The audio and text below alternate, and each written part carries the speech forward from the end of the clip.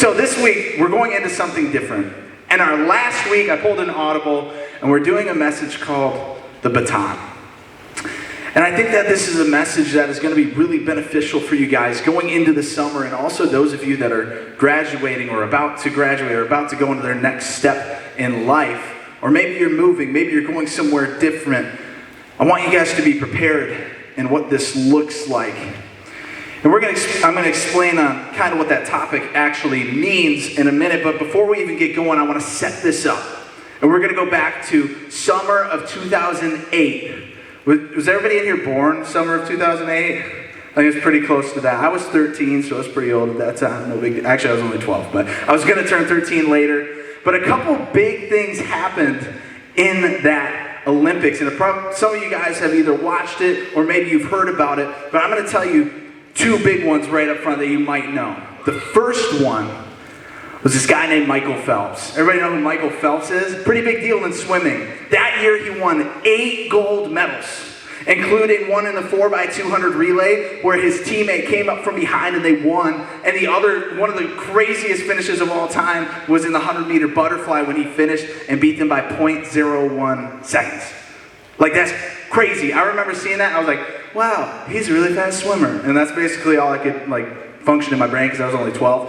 But I remember that moment. I was like, this dude is crazy. And then there was another guy in the same Olympics, and his name is Usain Bolt. That dude was crazy, man. He just went and obliterated the 100-meter and 200-meter world record. And then there's that picture of him literally just like this, laughing at the people behind him as he breaks the world record in the 100-meter dash. Obliterates it.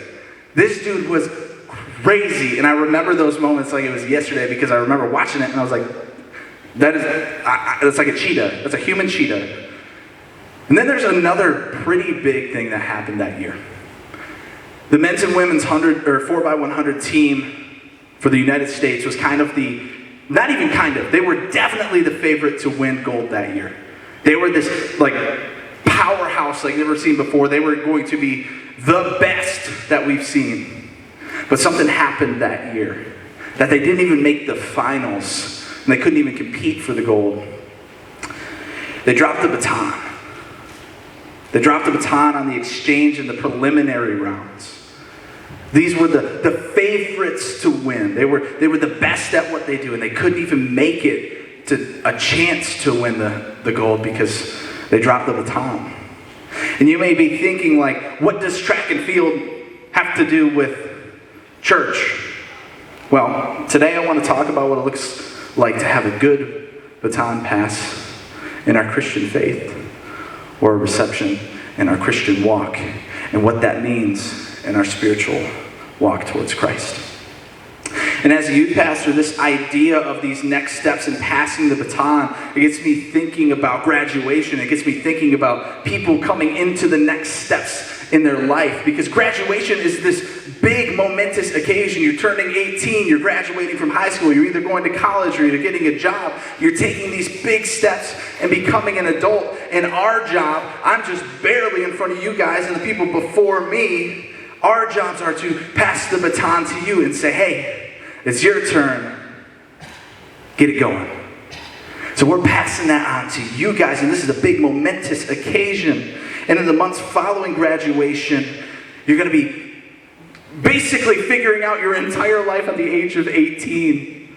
That's a big, crazy moment in your life.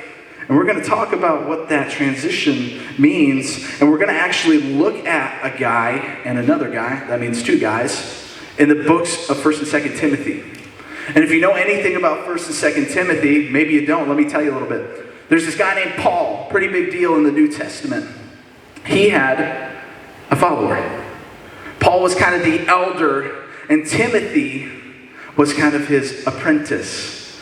See, Timothy looked to Paul as kind of his leader and his guide, this mentor in his life. And if we look in verses 1 and 2 of chapter 2, we see almost this relay race type language that Paul speaks to Timothy.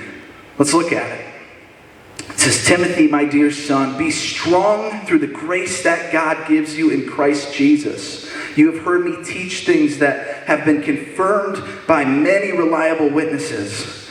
Now teach these truths to other trustworthy people who will be able to pass them on to others.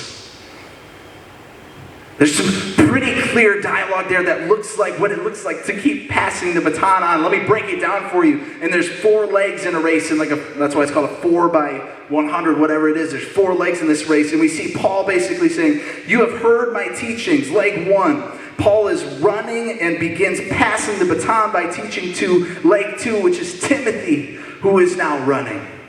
And then he continues saying, now teach these truths to other trustworthy people. Leg 3, Timothy is called to pass the baton to other trustworthy people. And leg 4, those trustworthy people pass the baton on to others.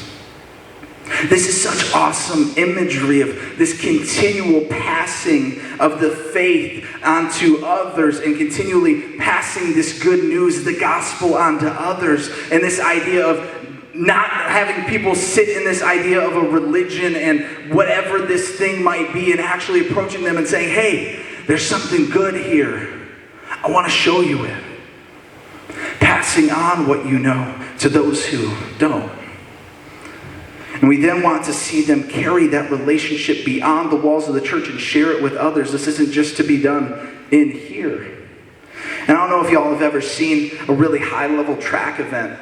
My college that I went to in Indiana, every year they go to nationals. They are just freaks at what they do. And I remember I went to a track event one time, and it seemed like they just floated it to each other, the baton and the pass, and I was like, that was crazy. It was so smooth. I can't even walk from the kitchen to my couch without falling. These guys are full sprint, passing a little cylindrical tube to the other person, and he's not even looking. He's just going got it, and just runs as fast as he can. It's incredible watching these people that do it so well. But I've also seen people fumble. I've seen people drop. I've seen people basically quit the race right there. And I'm not really even talking about a track event anymore. And this idea of passing the baton goes beyond the walls of where we are here. It goes beyond just youth ministry. This is between brothers and sisters. This is between parents and grandparents all throughout the family. This is between any of you that call yourselves Christians to pass this baton. This is what we're called to do. So, how do we make sure 2 Timothy 2:2 works right? This passing, this next generation, passing it on to the next trustworthy person, this good news. This might sound weird, but we can actually look to track and field yet again. We go right to their rule book, and there's things that reflect almost perfectly back to 2 Timothy that we can look at, and I want to share a couple with you right now. Rule 25. The baton shall be a smooth, hollow, cylindrical tube made of wood, metal, or other rigid materials in one piece. Its length shall be between 28 and 30 centimeters. Its circumference shall be 12 to 13 centimeters, and it shall weigh no less than 50 grams. No material or substance may be applied to the baton. And here's the first thought in that. It has to be the right baton. The thing that we pass has to be the right baton. So what does that mean? What is our baton? What is the thing that we are to pass? What does that even mean? Well, for us, that's the gospel. It's the good news. It's this lesson of John 3:16 that we have a God that loved us so much that he sent his only son so he would take the sin that we can't pay for, and we get to live with him forever. That's a pretty good deal. And that's our baton to pass. That is what we're called to do. And when it comes to investing in others, we can get focused on good things sometimes instead of the things that we need to pour into them. See, we see people around, especially at school, and we think about, oh man, you're really good at this sport. Man, you are super smart. You get great grades. You do all these incredible things. You're going to get these big scholarships. And that's great. Those are good things. And as you grow up, even more things are there to be good. When you get a job and you get a raise, that's awesome. Or you're in good standing with the people around you, and everybody comes to you if they need something because they know you're trustworthy. Those are good things. Those are really good things. But sometimes we get so focused on the good things that we lose sight of the God things. And yes, that is super corny, but it's really, really important. That sometimes we get lost in this idea of good things that we lose sight of what God has called us to actually do. Our focus can include good things, but must primarily and specifically and wholeheartedly at the front of your mind be, God, this is what I'm called to do. This is what God tells me to do. This is what the gospel says. This is where I'm called to be. That must be at the forefront of your mind.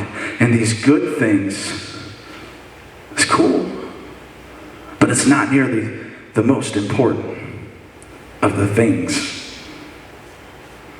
Rule number 2 in the rule book.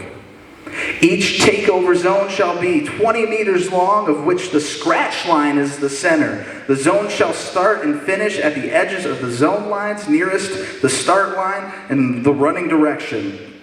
That's a mouthful. Here's thought number 2. The space to pass the baton is limited. In case you're confused about basically what that whole spiel was about, let me just kind of break it down a little bit easier. There's a section of space and a portion of time when you have to pass the baton to the next person. If it's not passed within that time, game over. Your team doesn't get to continue. You're done. That's the end of the race right there. You missed the opportunity to pass the baton. There's a limited time. There's a space to pass the baton. And you can probably think about in your life, let's think about how fast time goes. You might be sitting there right now and think back and be like, man, when I was a freshman, when I was in 6th grade, I remember the students that were in 11th and 12th grade. Now I'm in 8th, 11th, 12th grade, and I can still remember them. It feels like it was yesterday I was right back here. Let's go even further than that. You can probably think back a couple years ago and say, man, who was here before Nate? There was this guy and this guy and this guy and this guy, and I've been here for all of it. That time's gone fast. I've been here for over 2 years now. That's crazy. Feels like it was nothing. Feels like yesterday that I was in college, and today I'm living in Florida with a wife, a daughter, a cat, and a bachelor's degree, and I'm just still trying to figure everything out. I'm like, how did I even get here? Time goes by so stinking fast, and we don't want to miss opportunities to pass the baton. We don't want to miss opportunities, like Paul says in Ephesians, to make the most of every opportunity. We don't want to miss opportunities to make the pass and share the good news. And I'm sure some of you guys right now, your gut reaction to that is, well, when I get older, when I learn a little bit more, when I feel a little more comfortable in my faith, I'm going to do that. I promise I'm going to do that. That gets me thinking every single time. Every single time this idea is brought up, it brings me back to Jeremiah 1. And this passage is just so stinking cool to me. Because God is speaking directly to Jeremiah. This is what he's speaking right into him. This guy that is called to be a leader at a young age, he is speaking this truth over him in verses 4 through 8 of chapter 1. Listen to this. The word of the Lord came to me saying, before I formed you in the womb, I knew you. Before you were born, I set you apart. I appointed you as a prophet to the nations. And this is Jeremiah's response. Alas, sovereign Lord, I said, I do not know how to speak. I'm too young. But the Lord said to me, do not say I am too young. You must go to everyone I send you everyone I send you to, and say whatever I command you. Do not be afraid of them, for I am with you and will rescue you, declares the Lord. And when the Lord declares something, there's not really any argument. And if that doesn't get you like super jazzed up and like pumped to talk to people about this awesome God, I don't know what does. Like, that's straight truth from the Bible. He's speaking this to Jeremiah, but man, that is so stinking applicable to us. I'm 26. I'm not old. I'm kind of old to you guys. I got a lot of gray hairs, but I'm not that old. And so walking into discussions with people that maybe have been in ministry for 35 years longer than I have, sometimes I feel a lot less. When even talking to adults about anything, I feel like I have to kind of hunker down and be like, okay, I'll talk, when they let me. But when it comes to things about God, when it comes to sharing that good news, there's no limit in that. We're called and we're blessed by this incredible news that our God is with us and will protect us no matter what. What an incredible, incredible truth that we see in Jeremiah. Rule number 12. Rule number 12, the U.S. track and field, whatever it's called, rule book. Here we go. The baton shall be carried by hand throughout the race. If dropped, it shall be recovered by the athlete who dropped it. She may leave the assigned lane to retrieve the baton, provided no other runner is impeded, and provided that by doing so, the distance to be covered is not lessened. Here's thought number 3. A dropped baton is not the end of the race. If you would have asked me before this message if dropping the baton in a relay race meant you're out, I would have probably said, yeah, I think so. But this was really interesting to me. I was like, man, that's kind of a cool concept. It's like, even if you drop it, as long as you follow these rules, you can still pick it back up and get back in the race. What does this have to do with our spiritual walk? How are we going to apply that? Well, let me show you how this applies a lot. There's a lot of research, there's a lot of books, there's a lot of blogs that talk about the next step after students leave youth groups into their young adult life. And the giant failure of our job to prepare you for that says this in this is Barna. It's like one of the biggest, the most important statistics when it comes to youth ministry comes from Barna. It says this: the percentage of young adult dropouts has increased to 64%. This has just been in a couple years. Nearly 2/3 of U.S. 18 to 29-year-olds who grew up in church tell Barna they have withdrawn from church involvement as an adult after having been active as a child or teen. 64%. This isn't the people that show up one time a week. This was active students. And for me, that's troubling. That is a problem for me. This is my job, is to prepare you so you're not that number. And that breaks my heart, because that means we're not preparing you for the next step in your life. And I think when this happens, when we see these numbers, there's a giant blame game that happens. And people, especially when they look at youth ministry, they say, well, all they do is eat snacks, hang out, play games, and not really do that much. They don't even really get into the Bible, They don't break it down. It's the youth ministry's fault.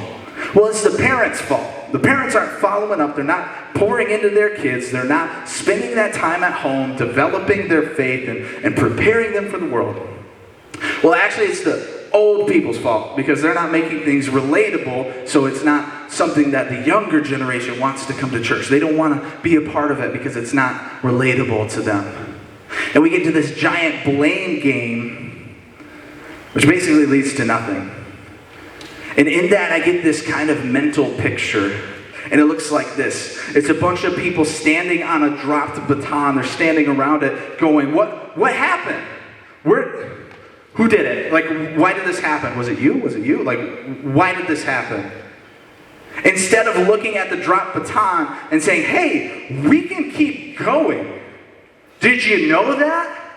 The rules in track and field say if you drop it, as long as you follow these rules, you can keep running this race. It's not over yet. And if we stop looking at this thing as an issue of who did it, and start looking at it as an actual intellectual thought of, hey, maybe we can still pour into this and pick back up that baton and run, We'll figure this out.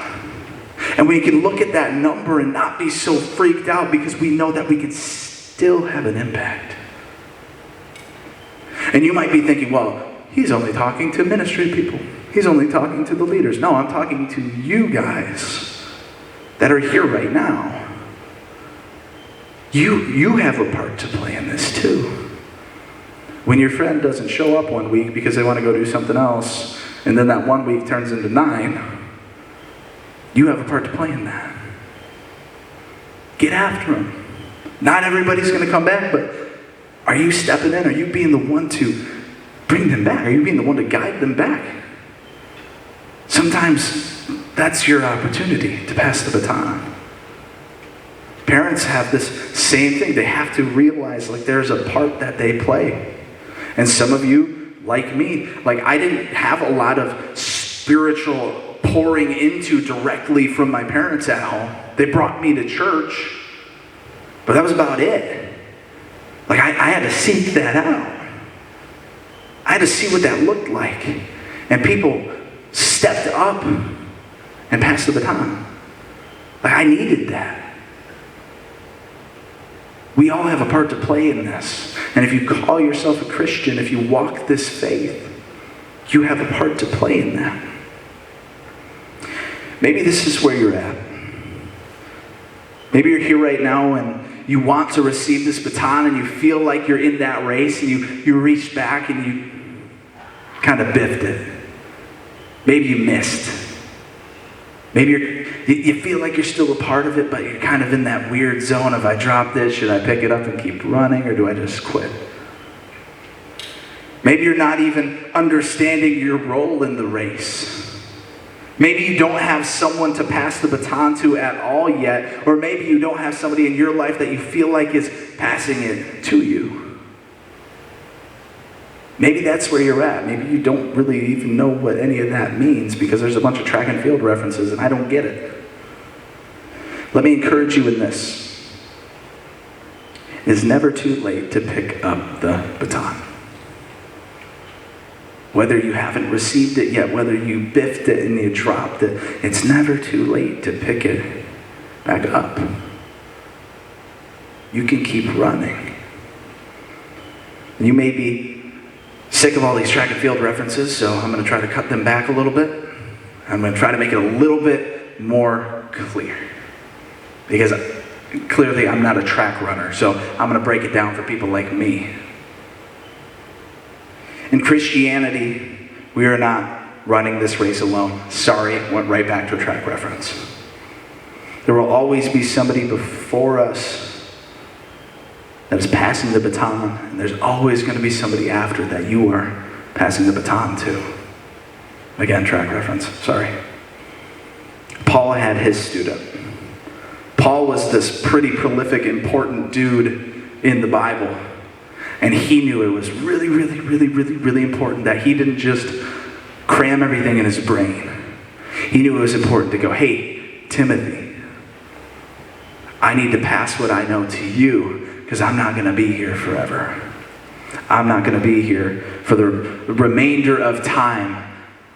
But if we keep passing this baton, all of this knowledge, all of this good news will never die. Listen to this. This is really important. If you want to walk this Christian faith, if you want to walk knowing what the Bible says, knowing what the good news is, knowing wisdom, you have to know this. Go to the next slide. In your walk, you need a mentor and a mentee. Everyone. Me, for sure. Every pastor that comes up on this stage, for sure. You need a mentor and a mentee. You need someone that is passing you the baton and somebody that you will in the future pass the baton to. You have to have these people. If you have not found this person that is a mentor to you, somebody that can step up and be a strong leader in your Christian walk, I really encourage you to find one, especially if you're graduating or you're close to graduation. You have to have it. You're going to go into the world and be on your own, and you don't want that. You have to have somebody that has your back and will help you with those tough decisions. And you need a mentee. You need somebody that is looking up to you. You need somebody that you can pass your knowledge. Yes, believe it or not, you have knowledge. Even if the world tells you, oh, you're too young to know this stuff. You're smarter than you think you are. And whether you mean to or not, you are influencing the people behind you. Even if you don't mean to, they're watching. They say on average, even if you're trying not to, you influence 7 people a day. Whether it's by your speech, whether it's by your look, whether it's by how you dress, whether it's your actions, whether it's whatever, that number's probably gone up significantly because of social media. But you're always influencing people. Pick those people you want to pour into. Invest in them. And as you go to the summer, as you go into whatever your next step is, I hope that you come to our events. I hope that you come to our worship nights. I hope you bring friends that will worship with you. I challenge you to take this idea to heart and look for those that will pour into you and that you can pour into. You're not too young to make an impact. You can step up. You can be a person. I think I have that on the slide. Look for those that will pour into you that you can pour into. Get a mentor and a mentee. Pour in and be poured into. Those are the 2 biggest things going into the summer, going into your next step in life. I don't care if you're graduating or you're going into 7th grade. Take this to heart. Go into this summer and prepare.